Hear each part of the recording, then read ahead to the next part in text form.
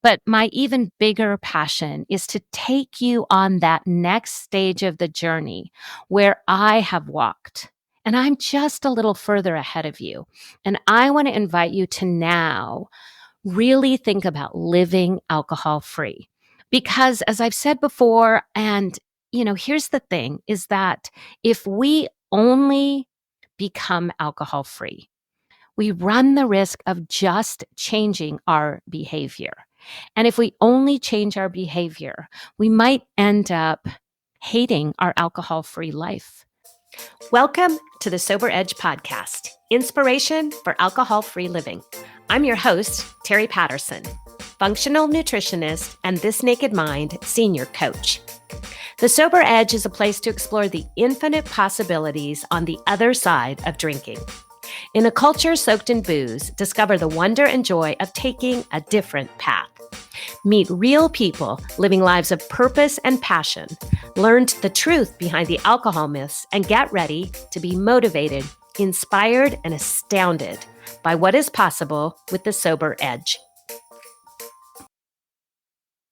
Well, hey everyone, it's Terry back with another edition of the Sober Edge podcast. And I am bringing you part 2 of my talk about uncovering you, the journey within. And that might be a complicated way of just saying, what do you know about yourself now that you are pursuing an alcohol-free life? What is bubbling up for you? What are you noticing? What do you want to double down on? Where do you want to say, I am all in?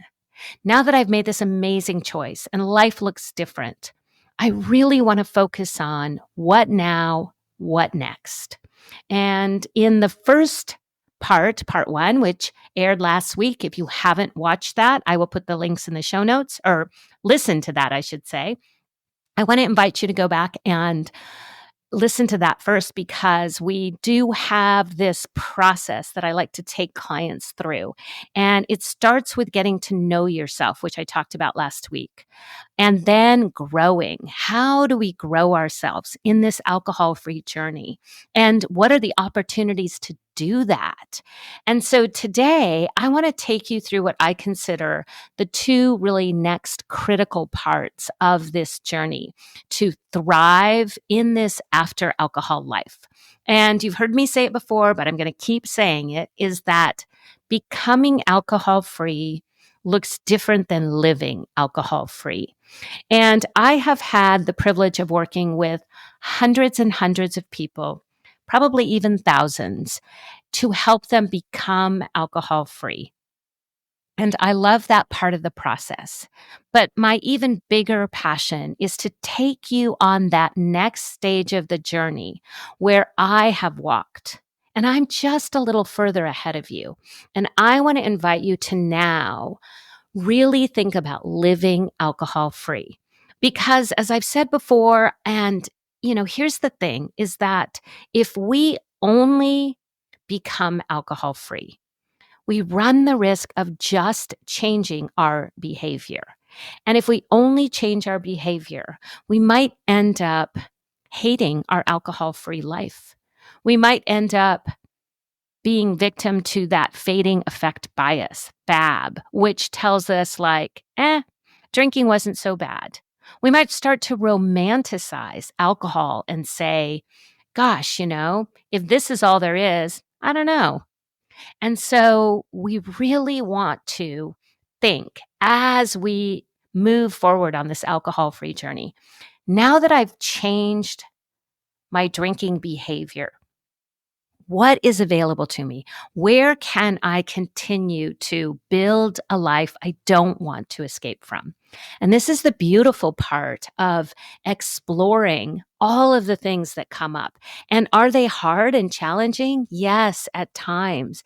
It can be extremely challenging to have to learn to communicate better, to learn how to have those courageous conversations, to actually show up in your own life and lean in and ask, what's working? What's not working? Where have I dropped the ball? How do I want to be a better wife, mother, employee, daughter, sister, friend, human?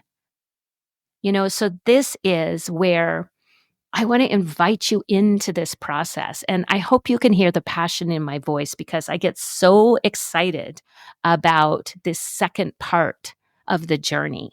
And this is the place that we get to stay in the work. We get to stay in the fun part. My first year alcohol free was hard, particularly like months, between 6 and 9 months, the first 6 to 9 months, really hard. And a lot of good things were happening, but there were a lot of challenges with trying to regulate my emotions, figuring out who I was and who I wanted to be, asking myself the very questions I just asked you. How do I become a better human? And so once I was past that 1 year, gosh, things started to become really fun and exciting and engaging, and life looked so much more colorful.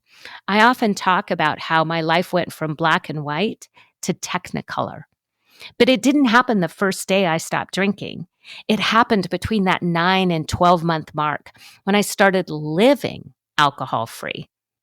So today I want to share with you the other two parts that I think are really powerful on this journey. And the reason I want to do that is because I don't want to leave you at just know yourself and grow yourself. Although those are great places to be and to start and to spend some time. But what I want to share with you is what I believe comes next. And really the third part of my 4-part journey that I like to walk clients through is love yourself. So once you have gotten to know who I am on the inside, what do I stand for? What are my values, my character traits? What do people say about me? What do I do when no one's looking? Once we get to know ourselves, how am I wired? Am I an extrovert, introvert? Am I someone who is questions everything or someone who needs a lot of accountability? Once we're through there, and then we work on growing ourselves and we bring in new opportunities, then it's time to really start to double down on this idea of love yourself. And love yourself encompasses everything from self-compassion to grace to self-care to nourishing yourself in new ways to taking a look at how you are giving back and how you want to be remembered. Like, what is your legacy? It's so beautiful to really start to love yourself. And as we love ourselves, we get to do more of that beautiful work, the work that allows us to not only look at, how we're showing up in the world, but what are we telling ourselves on the inside? And this is where we really look into things like friendship and boundaries and self-talk and values. We look at values through the lens of, are they really my values? Are they part of me loving myself?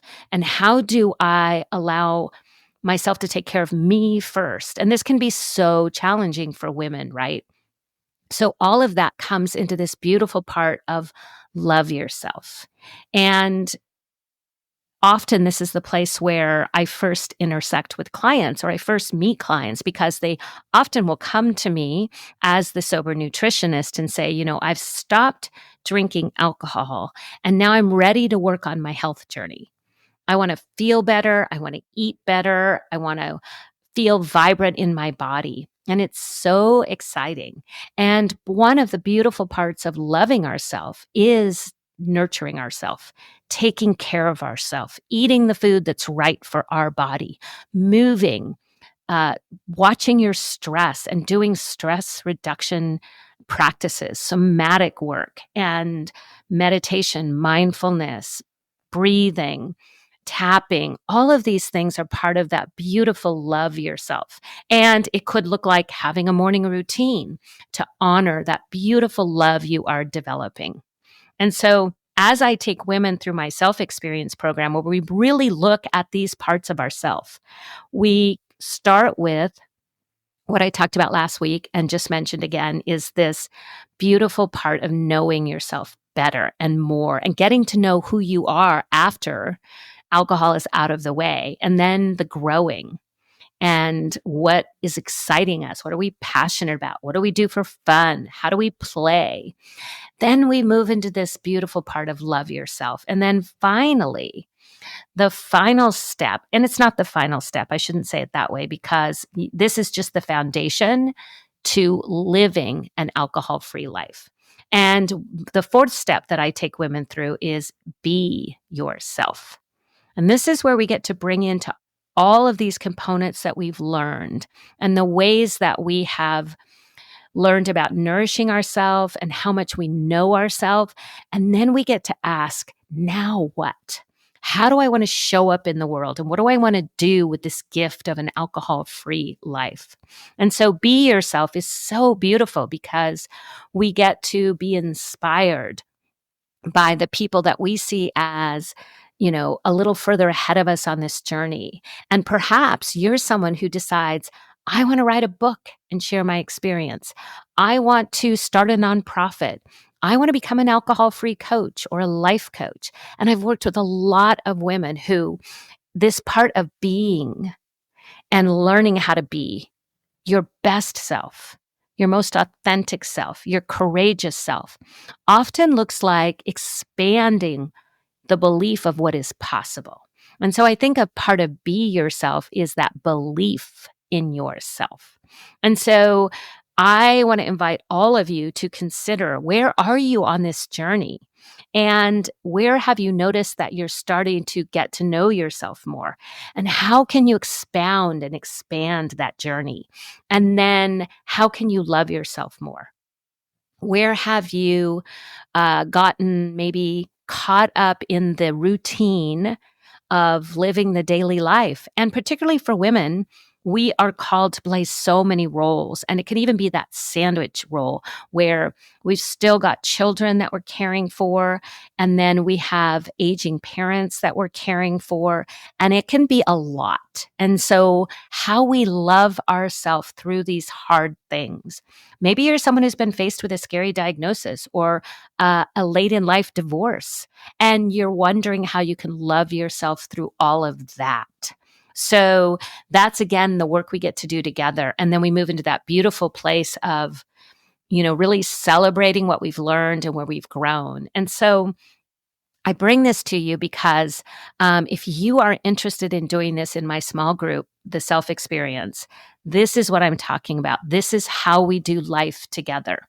And I intentionally set it up as a 4-month program because although I believe there's beautiful work to do beyond these 4 areas, I think it's also so powerful for each of us to go out in the world and then live. At some point we stop leaning so much on our mentors and we start to thrive and grow. And so at the end of these 4 months, I love to see women feeling more empowered, more grounded, more fruitful.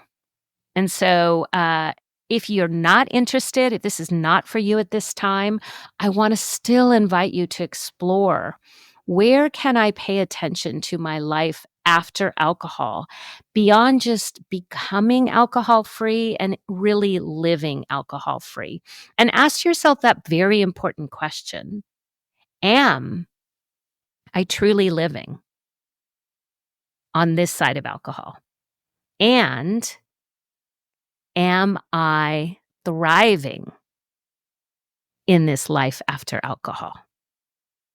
And so I hope that you will explore that and that it brings you so much curiosity and excitement about what is ahead.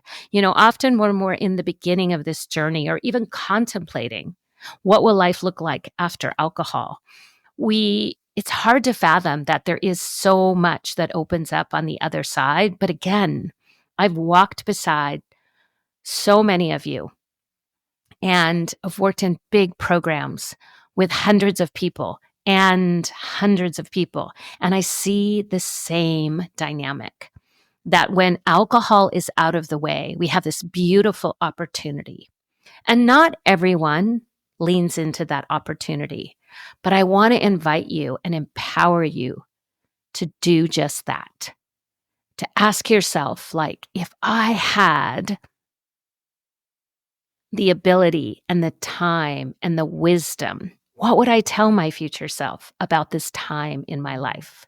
How could I make sure that the hard work I've done around changing my behavior doesn't just end there, but this beautiful gift I've given myself of more clarity, presence, time, compassion, health, I don't want to waste it. And so that was my exact journey. I found myself wanting to do more than just not drink. And so again, I hope you will also explore what that more looks like for you. And I will link the show notes to episode 1, this part 1.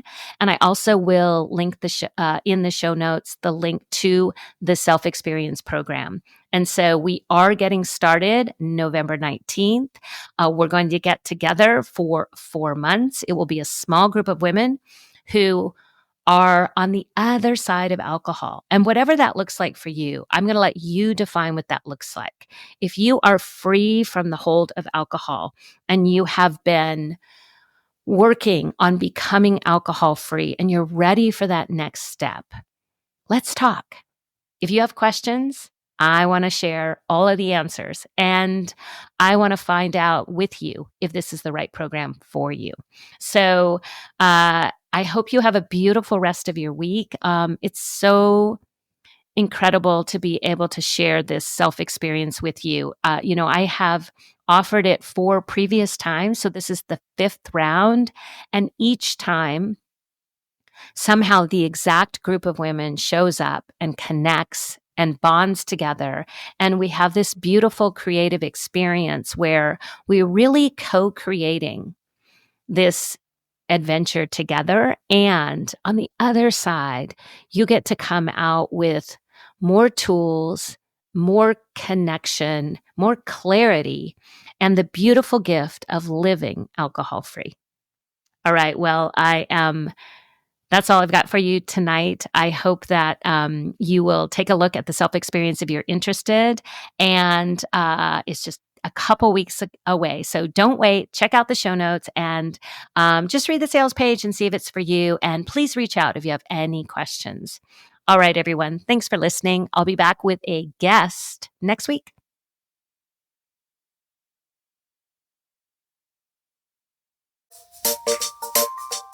I want to thank you for tuning in to the Sober Edge podcast. This is a place for important conversations and a safe place to question everything you thought you knew about drinking. If you're looking for your sober edge, I want to invite you to connect with me at thesobernutritionist.com, where you can grab my free resource, Becoming More, a guide to loving your sober life. And I would be so grateful if you enjoyed this podcast, if you would leave a rating and review, as it will help more people find their sober edge.